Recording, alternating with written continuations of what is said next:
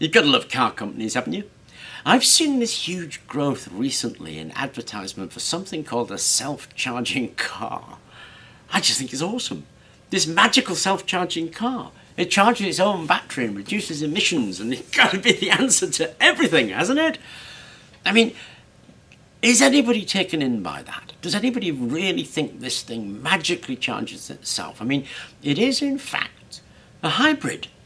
It's the same thing as a Toyota Prius. It's about 20 years old. It's just been retitled self-charging. When you go on the website, actually, and you have a look at the cars themselves, and I had a look at Lexus, it actually says self-charging in bold and then hybrid in little letters, and then it extols all this virtue about the magical ways that it can charge this battery. Then you would think it was foolish. The battery obviously has to be charged from somewhere. Now, you can't plug these things in, so the only way to charge it is to actually use the petrol engine that's loaded in the boot and charge up the battery. And you would think that people would ask themselves that, but actually, oddly enough, an awful lot of people think that this car will magically charge itself. And you get that quite a lot, actually. You get that with people saying, oh, all we really need is a bigger and better battery. Sure, a bigger and better battery is part of the solution. That's perfectly true, it is. But in the same way as this self-charging car, that battery has to be charged from something.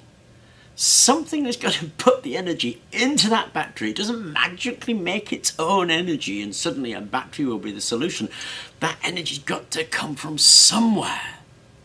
Now, Forbes did a report actually in January 2021 about the state of the English national grid, and it's creaking. It's really ready to fall over. Now, if I look at my energy consumption, let's say I owned a Tesla, the latest Tesla, 100 kilowatt hour battery, 300 miles of charge, fantastic. I drive to work. Now, it means that I need for every 3 miles a kilowatt hour. So in a week, I'm going to use an extra 4.8 kilowatt hours. Let's say me and my wife both own the same car, because she works at a different place.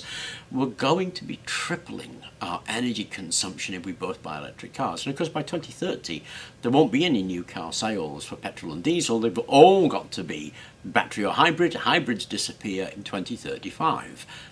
Not quite sure what's going to happen to the self-charging ones, but 2035 is the last time for any petrol car of any description. It's all got to be battery.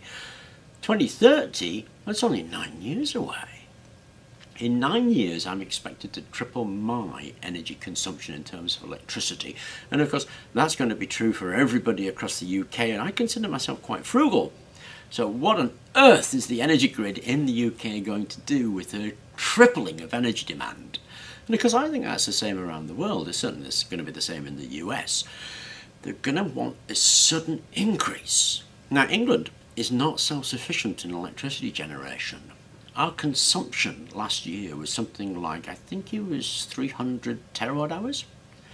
And our production was something like 300,000 gigawatt hours. So a lot less. Now, between sort of 1990 and now, our energy imports have jumped up by about 60%. Mostly we get them from France, and France produces it mostly by nuclear. That is set to triple. Given it takes about 20 years to build and commission a power plant, that's going to be a huge increase in costs. I mean, the average electricity bill in the UK is around about £720 a year. It's going to triple for me to about 2,100. The average salary in the UK, take-home salary, ONS figure, about 24,000.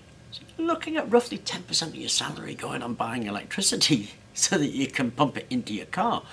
That's an awful lot of money, and that is going to hurt.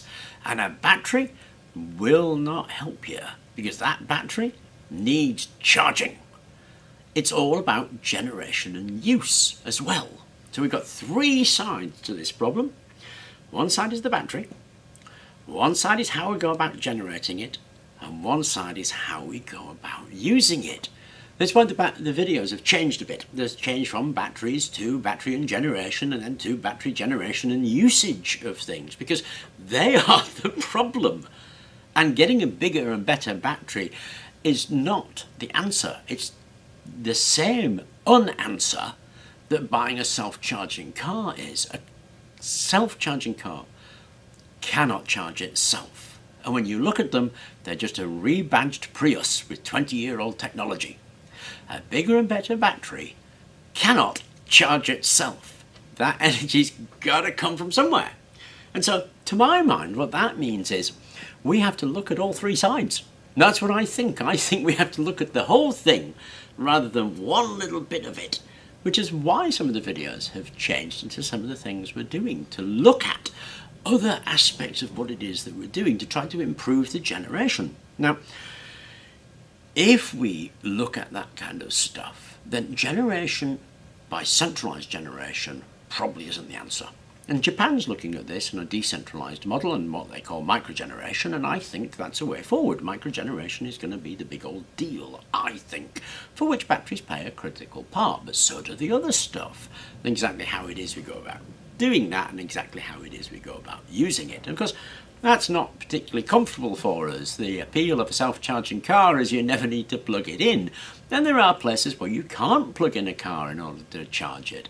So it's got a lot of appeal, because it seems like an answer, but it's no answer at all. So a bigger and better battery seems like an answer, but actually it's only a little bit of the answer, and the rest of the answer has to come from somewhere else, according to me, or according to the way I think. Anyway, I thought I'd share those thoughts with you just to highlight those, because I am seeing a lot of these self-charging car adverts, and to be honest, they do two things. One is they astound me that they would think that anybody would fall for such an obvious scam. But then, of course, this is brought to you by the people who brought you the diesel emission scandal, so clearly they think in a strange way. Anyway, I hope you enjoyed the video, I hope you enjoyed the sharing of thoughts, and thank you very much for watching.